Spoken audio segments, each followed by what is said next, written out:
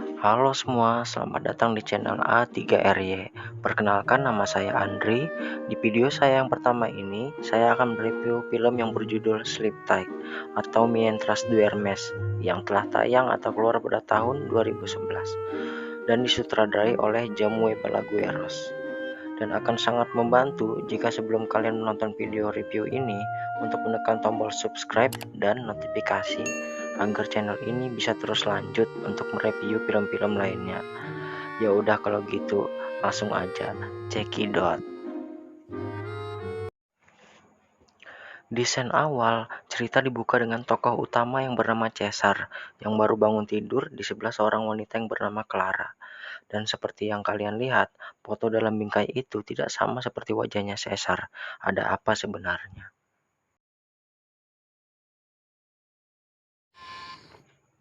Clara adalah mahasiswi yang tinggal di apartemen tempat Caesar bekerja. Caesar bekerja sebagai resepsionis dan penjaga di apartemen tersebut. Anak ini adalah salah satu penghuni apartemen, dan kenapa dia meminta uang kepada Caesar? Caesar juga selalu menyempatkan waktunya untuk menjenguk ibunya yang sedang sakit. Ibunya terlihat sakit parah dan tidak bisa berbicara sama sekali. Dan saat kembali ke apartemen, Caesar dimarahi oleh pemilik apartemen karena telah lama meninggalkan pekerjaannya untuk menjenguk ibunya yang sedang sakit. Ibu dan anak ini adalah petugas kebersihan di apartemen tersebut. Malam pun tiba, dan Caesar segera bersiap-siap memakai wewangian dan deodoran di tubuhnya. Sebagai penjaga apartemen, ternyata Caesar memiliki akses penuh ke seluruh kamar yang ada di apartemen ini. Akhirnya Clara pun pulang ke apartemen. Dia mengecek surat cinta yang dikirimkan entah oleh siapa. Clara menari dengan bahagia. Tanpa dia sadar, ternyata sudah ada seseorang yang menunggu di bawah ranjangnya, yaitu Caesar. Caesar pun dengan sabarnya menanti di bawah ranjang sampai Clara tertidur pulas. Dan akhirnya saat Clara tertidur, dia pun langsung membius Clara sehingga tak sadarkan diri dan langsung melakukan penggencerotan dengan Clara. Setelah puas melakukannya dengan Clara, Caesar pun kembali pulang. Tiba-tiba, anak kemarin sore itu memergokinya dan meminta imbalan lagi, yaitu video bokep. Dan ternyata bocah ini tahu perbuatan Caesar yang setiap malam keluar masuk kamarnya Clara. Caesar lah yang mengirimi surat cinta dan pesan yang masuk ke dalam HP Clara. Lelaki ini adalah salah satu penghuni apartemen ini, dan Caesar ternyata menjelek-jelekan pekerjaan petugas kebersihan ibu dan anak itu kepada penghuni apartemen. Caesar pun berpapasan dengan Clara, dan Clara bilang bahwa jam tangannya hilang, padahal Caesar lah yang mengambil jam tangan tersebut. Anak kemarin sore pun menagih video bokep yang diminta kemarin. Tiba-tiba pemilik apartemen marah lagi pada Caesar karena tak becus dalam merawat tanamannya. Caesar berkata kepada ibu dan anak itu bahwa banyak komplain dari penghuni apartemen tentang kebersihan. Dia memang merencanakan sesuatu kepada ibu dan anak itu. Caesar pun dengan sengaja merusak jam tangan Clara yang ia dapat di apartemen. Malam pun tiba, dan Caesar sudah bersiap-siap di bawah ranjang Clara, dan dia mendengar percakapan Clara dengan pacarnya, bahwa Clara sudah melapor kepada polisi tentang surat dan pesan yang dia terima setiap hari. Saat Clara tidur, Caesar langsung membius dan melakukan penggenjrotan dengan Clara. Setelah itu, dia sengaja mengoleskan cairan pengundang kecoa dan cairan alergi kulit ke alat make up-nya Clara. Hari demi hari, Caesar selalu melakukan hal yang sama kepada Clara, selalu membius dan menggenjrot Clara saat malam harinya. Clara pun mengalami alergi kulit karena ulah Caesar supaya pacarnya tidak lagi suka dengan Clara.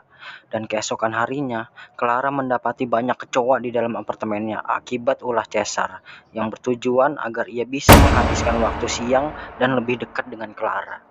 Tapi, nyatanya, Clara sangat jijik dengan kecoa-kecoa tersebut dan hendak keluar selagi Caesar membersihkan kecoa tersebut.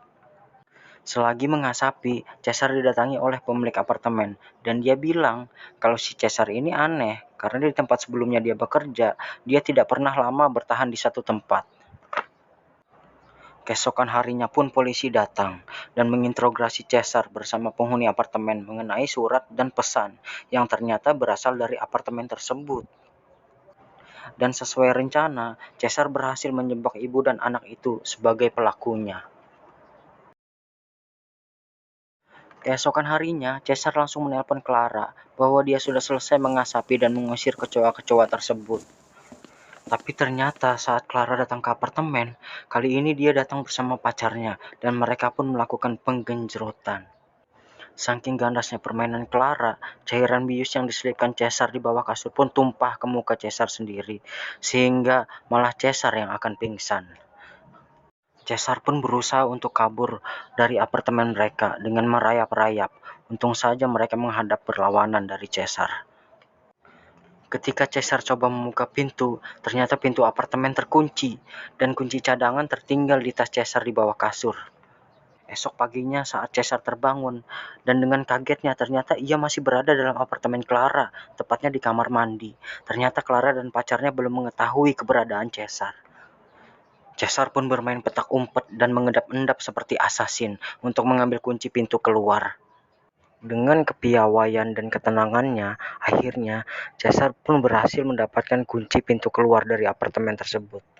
Keberadaan Caesar pun diketahui oleh pacarnya Clara, tapi dengan pandainya dia berbohong yang ternyata bisa membuat Clara dan pacarnya percaya terhadap Caesar. Caesar akhirnya berhasil keluar dan membawa barang bukti yaitu diarinya.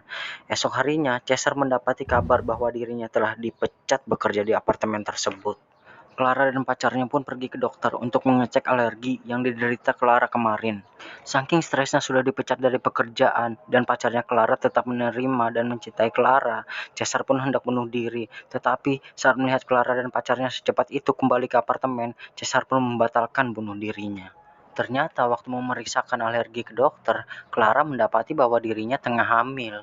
Clara pun bertengkar soal kehamilannya, karena pada kenyataannya waktu kehamilan Clara tidak sesuai dengan waktu pacarnya melakukan penggenjrotan.